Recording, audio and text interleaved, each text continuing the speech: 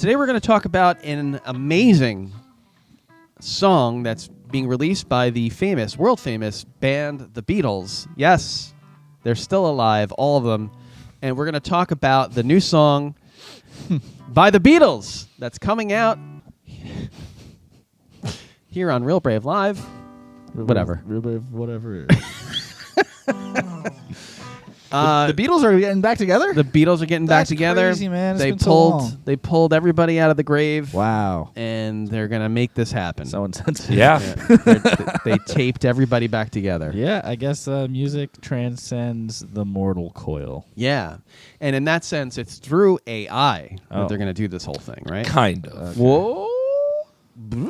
So let me give the basic primer here. Wait a second now. So- I read about this as an AI thing. Well, it's not really an AI thing. I So want to hear more about it. Let me get into it. So in the 90s, Paul McCartney was given a cassette tape by Yoko Ono of songs that John Lennon had written. Right. 2 of these were recorded for the Beatles Anthology, Free as a Bird and Real Love, where the 3 remaining Beatles overdubbed parts, added sections, etc.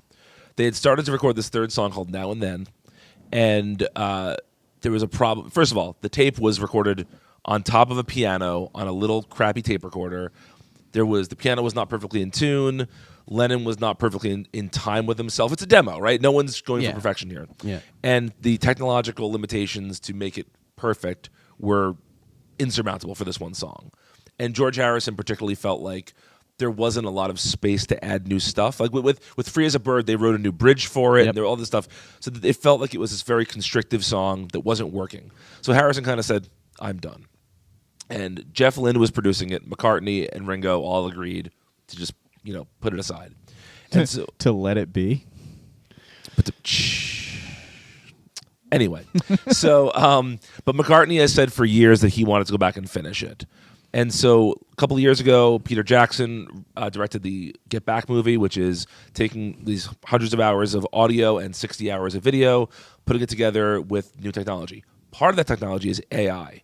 What the AI was able to do was it was able to take a mono recording just in a room and break all those pieces down into multi-track parts. Okay, so that's what I'm talking about. Yes. Because they're able to isolate Lennon's voice. Yes. So what was able to happen here is, for those sessions, both speaking and noise, everything can be separated out. So you get really clean takes of everything.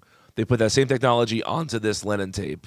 They isolated his voice and his piano. They could separate them, tune the piano properly, quantize the beat so that they're together.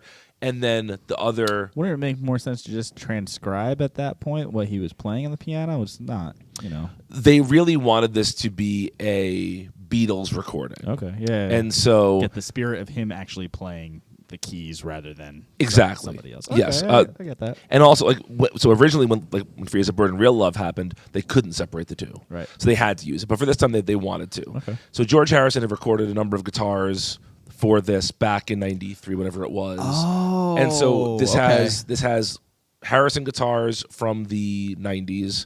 It has Ringo drums and McCartney bass from today.